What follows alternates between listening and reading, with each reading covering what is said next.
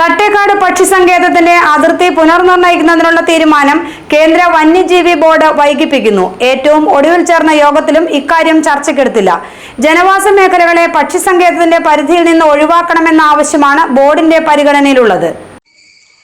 തട്ടേക്കാട് പക്ഷിസങ്കേതത്തിന്റെ പരിധിയിൽ നിന്ന് കുട്ടമ്പുഴ ഉൾപ്പെടെയുള്ള ജനവാസ മേഖലകളെ ഒഴിവാക്കണമെന്ന ആവശ്യം വർഷങ്ങളായി ഉയരുന്നതാണ്. ഇതിനായി 2 വർഷം മുമ്പ് ആരംഭിച്ച നടപടികളാണ് എങ്ങുമെത്താതെ തുടരുന്നത്.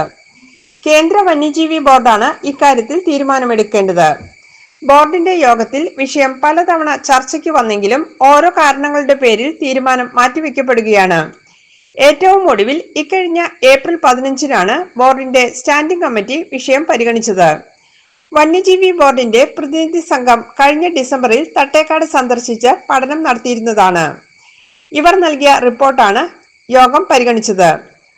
ഒഴിവാക്കപ്പെടുന്ന ഭാഗത്തിന് പകരമായി കൂട്ടിച്ചേർക്കേണ്ട വനത്തിന്റെ കാര്യത്തിൽ ഉൾപ്പെടെ സംസ്ഥാന സർക്കാരിൽ നിന്നുള്ള റിപ്പോർട്ട് ലഭിക്കാത്തതാണ് ചർച്ച നടക്കാതെ പോകാൻ കാരണം. സംസ്ഥാന സർക്കാരിന്റെ ഭാഗത്തു നിന്ന് ആത്മാർത്ഥമായ ഇടപെടൽ ഉണ്ടായില്ലെങ്കിൽ അതിർത്തി പുനർനിർണയം ചുവപ്പുനാടയിൽ കുടുങ്ങുമെന്ന് 2020 മുതൽ ഈ ആവശ്യത്തിനായി രംഗത്തുള്ള ഫാർമേഴ്സ് അവയർനെസ് റിവൈവൽ മൂവ്മെന്റ് എന്ന സംഘടനയുടെ ജനറൽ സെക്രട്ടറി സിജിമോൻ ഫ്രാൻസിസ് മുന്നറിയിപ്പ് നൽകി. GTV news, Thattekad.